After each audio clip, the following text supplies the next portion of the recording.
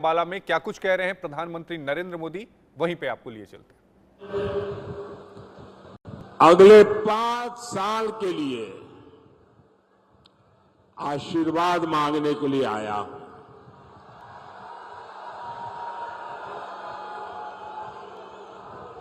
आप इतनी बड़ी संख्या में यहां आए, मैं आपका बहुत बहुत आभारी हूं। आज मेरे बहुत पुराने साथी, संगठन में भी काम किया, सरकार में भी काम किया, हमारे रतनलाल जी कटारिया जी की बरसी है। मैं उन्हें भी अपनी श्रद्धांजलि देता हूं। भाइयों और बहनों,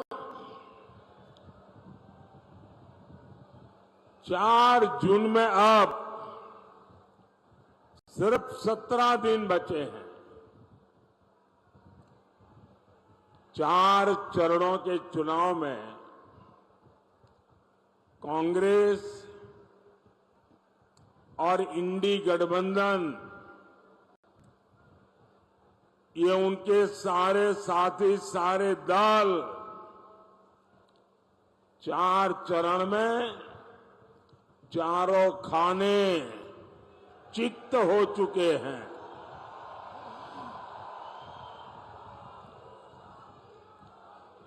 इंडी वालों ने देश के खिलाफ जो भी दांव पेच चले थे, उन्हें चुनाव के मैदान में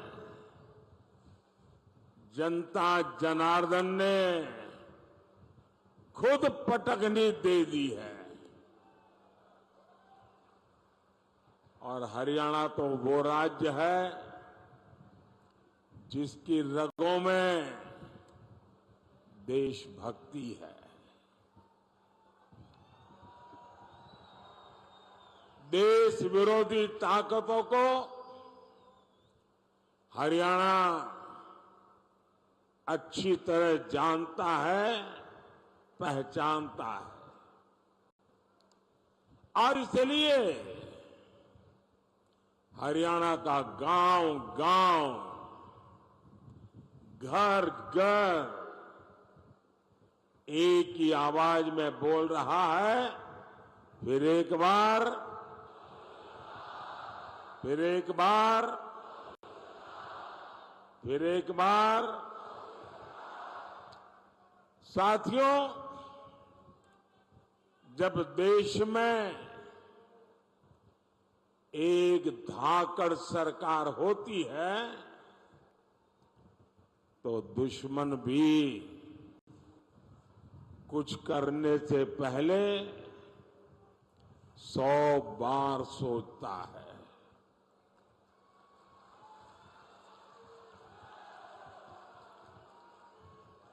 आज आप देखिए, जो पाकिस्तान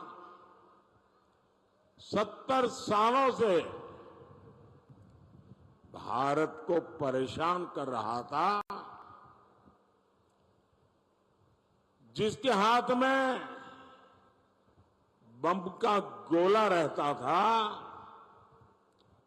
आज उसके हाथ में भीख का कटोरा है।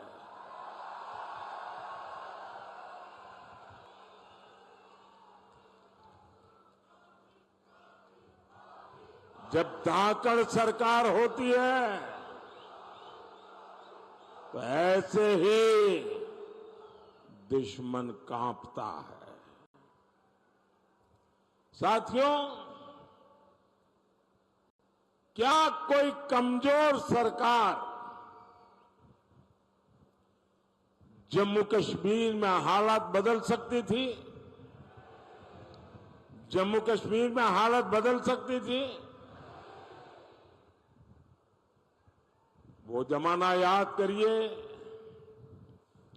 जब कांग्रेस की सरकार थी, हरियाणा की वीर माताएं दिन रात चिंता में रहती थी, कब किसी आतंकी का गोला फट जाए, कब किसी पत्थर से हमारे फौजियों का सिर फट जाए। और आज 10 साल हो गए, सब कुछ बंद हो गया कि नहीं हो गया?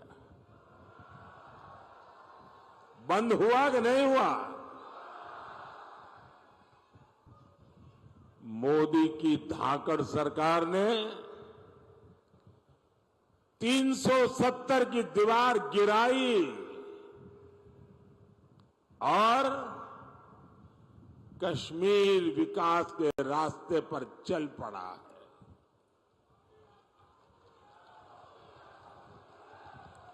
भाइयों और बहनों, कांग्रेस का इतिहास हमारी सेनाओं को, फौजियों को धोखा देने का रहा है। देश का पहला घोटाला कांग्रेस ने भारत की सेना में ही किया था। इस ट्रैक रिकॉर्ड को कांग्रेस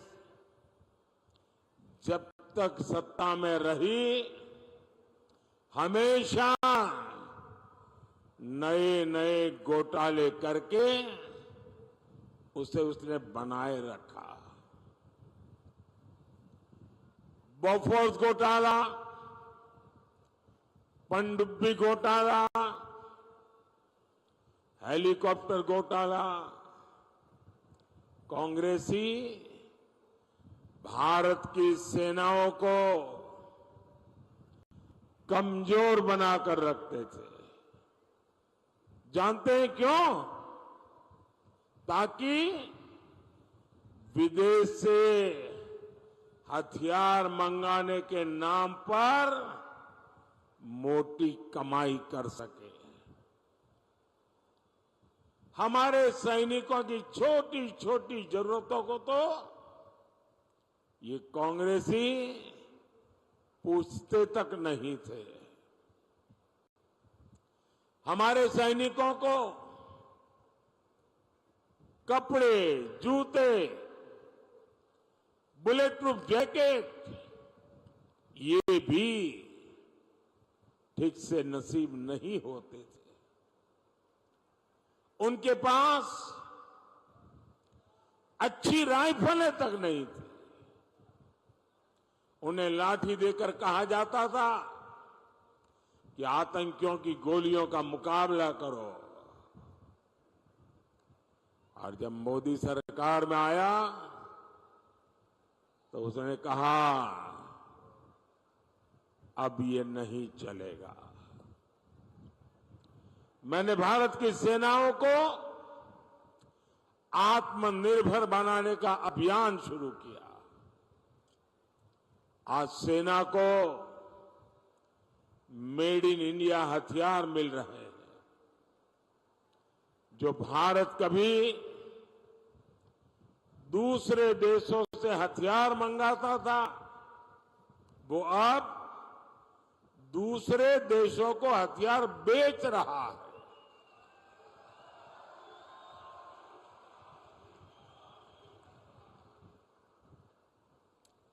साथियों, कांग्रेस ने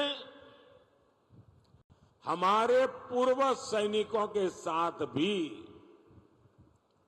विश्वासघात किया। 4 दशक तक कांग्रेस पूर्व सैनिकों को 1 रैंक 1 पेंशन के लिए तरसाती रही। और जब 2013 में उनको लगा कि मोदी एक बहुत बड़ी चुनौती बन गया है, तो उन्होंने जाते जाते 1 रैंक 1 पेंशन के लिए 500 करोड़ रुपए का बजट में प्रावधान किया। अब वो 500 करोड़ का कागज लेकर के इस शहजादे हरियाणा में पूर्व सैनिकों के सम्मेलन करते थे, पंजाब में जाते थे, हिमाचल में जाते थे और भ्रम फैलाने का काम करते थे कि देखिए हमने वो आरोपी कर दिया, 1 रैंक 1 पेंशन कर दिया। इनकी झूठ बोलने की इतनी हिम्मत है, इनकी झूठ बोलने की इतनी आदत है, बड़े बड़े पत्रकार भी भ्रम में रहते हैं, ऐसा शानदार झूठ बोलते हैं लोग। भाइयों बहनों, जब आपने मुझे सेवा का अवसर दिया,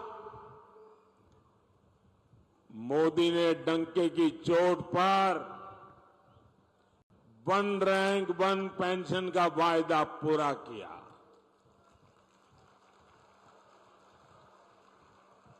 और जरा गांव-गांव पूर्व सैनिक परिवारों को बताइए कि कांग्रेस कैसा झूठ बोलती है। उन्होंने 500 करोड़ रखा था, हमारी सरकार ने जब ओआरओपी दिया तो कितना खर्च हुआ पता है?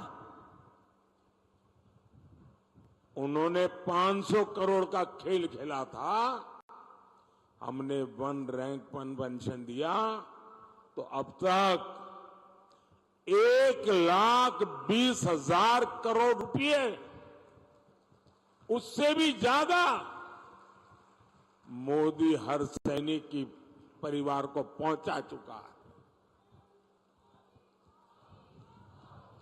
अब आप बताइए, 500 करोड़ कागज पे लिख करके देश के लिए जीने मरने वाले, देश के लिए जान की बाजी लगाने वाले, और हरियाणा कुरुक्षेत्र की धरती जहां सत्य विजयी होता है, उस धरती पर पूर्व सैनिकों के सामने झूठ बोलने का पाप किया था। और जब मोदी ने इसको लागू किया, 1,20,000 करोड़ रुपए के साथ हर परिवार की चिंता की है, और मोदी हर परिवार की चिंता समझता है, और इसीलिए ऐसे संवेदनशील निर्णय लेता है। साथियों, मोदी विकसित भारत का संकल्प लेकर निकला है, और जब मैं विकसित भारत का संकल्प निकल के निकला हूं, तब हरियाणा का मुझ पर बहुत अधिकार भी है, क्योंकि मेरी विकास यात्रा में हरियाणा के भी संस्कार है।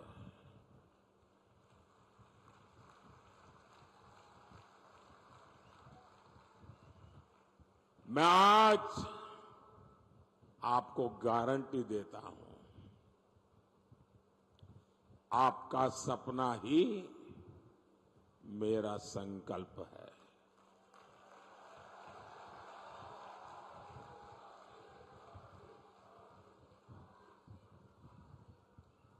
पल पल आपके नाम,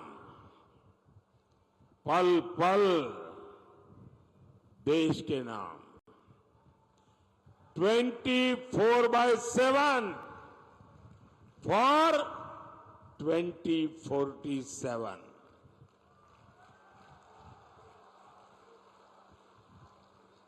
भाइयों बहनों, विकसित भारत के 4 स्तंभ हैं: गरीब, युवा, महिला और किसान। मोदी इन चारों स्तंभों को ऐसी मजबूती देना चाहता है ताकि मेरा देश मजबूत हो, मेरा हिंदुस्तान मजबूत हो।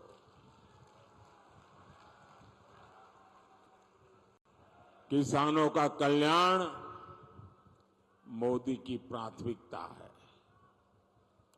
2014 से पहले के 10 साल में कांग्रेस की सरकार ने देश के किसानों से सिर्फ, और ये भी मेरा एक काम करेंगे, जरा मैं आपको पूछता हूं, मेरा एक काम करेंगे? जरा हाथ ऊपर करके बताइए, करेंगे? मैं जो आंकड़ा बोलता हूं याद रखेंगे? किसानों को जाके बताएंगे? धीरे धीरे हाथ नीचे हो रहा है, बताएंगे? कांग्रेस के जमाने में सिर्फ 7.5 लाख करोड़ रुपए का अनाज एमएसपी पर खरीदा गया था कांग्रेस के जमाने में। 10 साल में कितना? 7.5 लाख करोड़ का एमएसपी पर अनाज खरीदा गया था। ये किसानों के नाम पर राजनीति करते हैं ना। 10 साल में 7.5 लाख करोड़। और मोदी ने क्या किया? 10 साल में 20 लाख करोड़ रुपए का एमएसपी में हमने किसानों से अनाज खरीदा है। यानी 3 गुना अनाज एमएसपी पर खरीदा गया है। और पहले तो पैसा मिलने में भी कई महीने लगते थे। अब पैसा सीधे किसान के नाम पर बैंक के खाते में जमा हो जाता है। साथियों, कांग्रेस ने गन्ना किसानों को सिर्फ और सिर्फ धोखा दिया है। आज गन्ने का एफआरपी करीब 350 रुपये क्विंटल है, जबकि कांग्रेस की सरकार करीब 210 रुपये प्रति क्विंटल देती थी। ये आंकड़े याद रखना, मुंह तोड़ जवाब देना है झूठ बोलने वालों को। 2014 में जब हम लोग आए तब गन्ने का बकाया करीब 60,000 करोड़ रुपया था। किसान का पैसा था, उसकी मेहनत का पैसा था। 60,000 करोड़ रुपया बकाया था, जबकि इसी साल हमने 1,14,000 करोड़ की पेमेंट की है। यहां अंबाला, करनाल और कुरुक्षेत्र के किसानों को पीएम किसान सम्मान निधि के भी, मैं सिर्फ इसी इलाके का बोल रहा हूं, इसी एक इलाके में 650 करोड़ रुपए से ज्यादा किसानों के खाते में ट्रांसफर किए गए। साथियों, आज दुनिया के सामने भारत सुपर फूड लेकर के गया है। न्यूट्रिशन की दुनिया में दुनिया को बहुत कुछ देने की ताकत भारत में है, और इसलिए ग्लोबली पोषक आहार उसका हब बनाने की हमारे पास ताकत है। यानी जो ज्वार, बाजरा जैसा मोटा अनाज हमारा हरियाणा का किसान उगाता है, उसे मोदी दुनिया तक पहुंचाना चाहता है।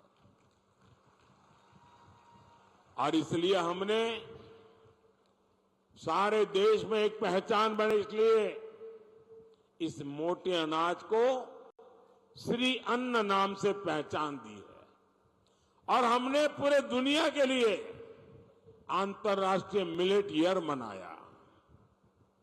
और इसकी ताकत देखिए, विश्व के लोगों को जब मैं कहता हूं कि हमारे छोटे छोटे किसानों के द्वारा पैदा होता है, कम से कम पानी में होता है, एनवायरमेंट फ्रेंडली होता है, केमिकल और फर्टिलाइजर की दुनिया से दूर होता है,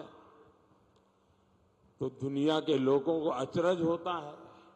पिछले दिनों मैं अमेरिका गया था।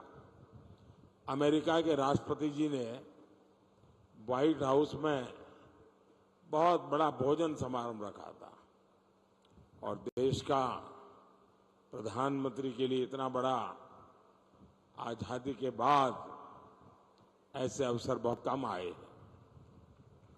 लेकिन मजा ये थी कि सारे मेहमानों को खाने में ये हमारा मिलेट परोसा गया था, ये ज्वार बाजरा परोसा गया था। ये सुपर फूड की पहचान मेरे हरियाणा, राजस्थान, ये जो राज्य है, उनके किसानों के लिए बहुत बड़ा अवसर लेकर आई है। साथियों, हम एक बहुत बड़ी, दुनिया की सबसे बड़ी योजना उसको लेकर के आए हैं। हम 2 लाख से ज्यादा गोडाउन बनाने पर काम कर रहे हैं। हमारे देश में अनाज के इतने बड़े भंडारण, उस दिशा में हम काम कर रहे हैं।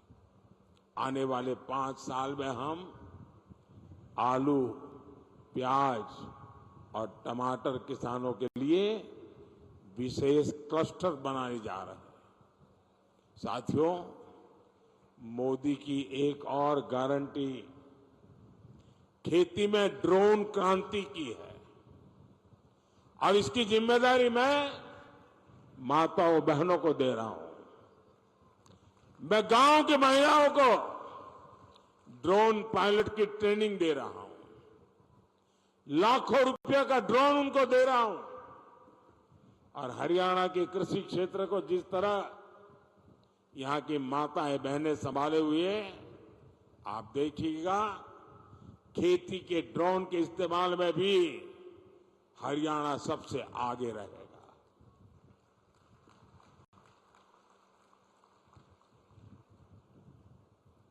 साथियों, खेलों की दुनिया में आज हरियाणा का इतना नाम है, तो उसके पीछे हमारी बेटियों की ताकत है। और मोदी ने बेटियों के लिए सैनिक स्कूलों के भी दरवाजे खोल दिए। अभी एनडीए में महिला कैडेट्स का जो पहला बैच ट्रेनिंग ले रहा है, उसमें बड़ी संख्या में हमारे हरियाणा की बेटियां हैं। साथियों, कांग्रेस को महिलाओं से, किसानों से, नौजवानों से कोई मतलब नहीं है। कांग्रेस को सिर्फ वोट से मतलब है।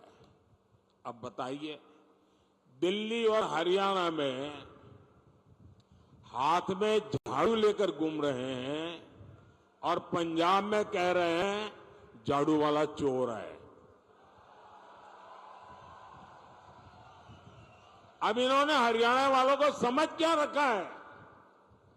भाइयों बहनों, इनके लिए वोट बैंक ही सब कुछ है।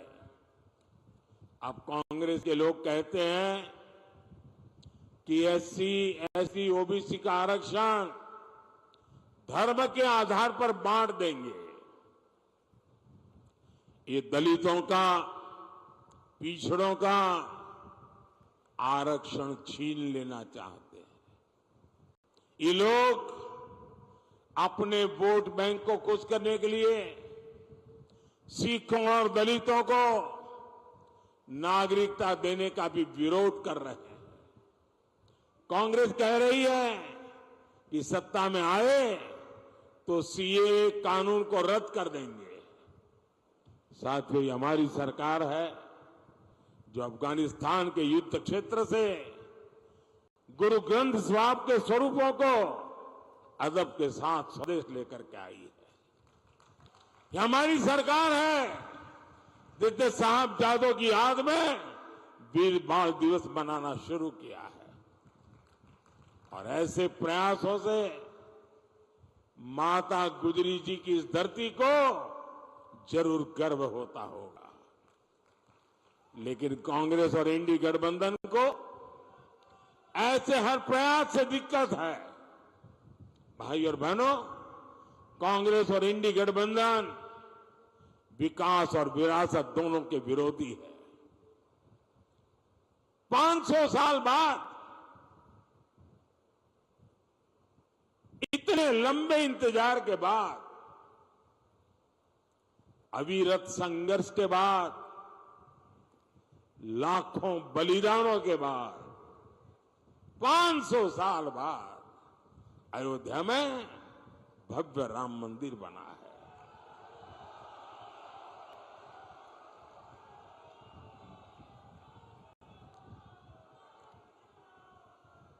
पूरा देश राममय हो चुका। पूरा देश राम मंदिर से इतना खुश है जिसे लोग समझ नहीं पाते हैं। लेकिन कांग्रेस और इंडी गठबंधन के नेता आए दिन मंदिर के लिए अपमानजनक बातें करते हैं। भाई और बहनों, हमारी सरकार अंबाला की दिल्ली से कनेक्टिविटी बढ़ाने के लिए लगातार काम कर रही है। हम यहां के एयरफोर्स बेस को उड़ान योजना से भी जोड़ रहे हैं। बहुत जल्द ही आप अंबाला से दूसरे शहरों के लिए हवाई जहाज पकड़ सकेंगे। पहले मनोहर लाल जी के दरमियान और हम नायब सिंह जी के नेतृत्व में अंबाला उत्तर भारत का एक बड़ा इंडस्ट्रियल हब बन रहा है। इन सब का फायदा यहां के युवाओं को होगा, उनके लिए रोजगार के नए मौके बनेंगे। ये चुनाव भारत को आत्मनिर्भर बनाने के लिए है। ये चुनाव भारत को विकसित बनाने के लिए है। ये चुनाव देश का प्रधानमंत्री कौन हो, किसके हाथों में देश सुपुर्द किया जाए, इसके महत्व वाला चुनाव है। साथियों, 25 मई को आपके यहां चुनाव है और 25 मई को अंबाला से बहन बंटो कटारिया जी हमारी उम्मीदवार है, करनाल से श्री मनोहर लाल जी है और कुरुक्षेत्र से भाई नवीन जिंदल जी। मैं आपसे आशीर्वाद मांगता हूं, भारी वोटों से इनको विजयी बनाइए और इन तीनों को मिला आपका वोट सीधा सीधा मोदी के खाते में जाएगा। और इसलिए ज्यादा से ज्यादा मतदान हो। सुबह 10 बजे से पहले मतदान कैसे बढ़े? पहले मतदान फिर जलपान, ये संकल्प को कैसे घर घर पहुंचाए। ज्यादा से ज्यादा पोलिंग बूथ जीत करके आए और हर परिवार को अपना वोट का अधिकार उपयोग करने के लिए प्रेरित करें। मेरे साथ बोलिए, भारत माता की, भारत माता की। बहुत बहुत धन्यवाद।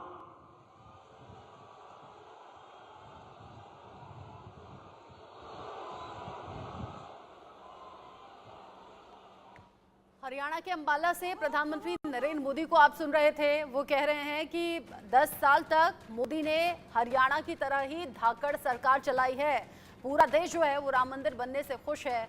हरियाणा के अंबाला में बोलते हुए इंडिया अलायंस पर भी निशाना साधा और ये कहा कि ये जो चुनाव है ये आत्मनिर्भर बनने का है, तो आत्मनिर्भर बनने के लिए कदम आगे बढ़ाइए, एक बार फिर से विश्वास दिखाइए। ये चुनाव भारत को विकसित करने का है।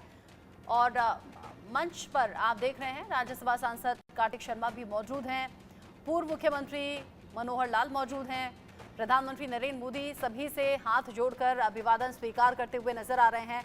मंच पर तमाम बड़े गणमान्य लोग और नेता मौजूद हैं। पीएम ने कहा गन्ना किसानों को कांग्रेस ने धोखा दिया है, हम तो किसानों की बेहतरी के लिए काम करते हैं, पिछले 10 साल में जो काम किए हैं उन कामों के आधार पर ही वोट मांगने आया हूं। फिर एक बार मोदी सरकार, ये स्लोगन्स भी जगह जगह लिखे हुए हैं। और ये जो तस्वीर आप देख रहे हैं ये तस्वीर बड़ी खास है। पीएम मोदी ने बता दिया कि 500 साल का इंतजार खत्म हुआ है, राम मंदिर बना है और राम भक्तों के लिए बड़ा आनंदित कर देने वाला वो पल रहा। पूरा देश मंदिर बनने से खुश है, जिसका असर सीधे तौर पर चुनावों में दिखाई दे रहा है।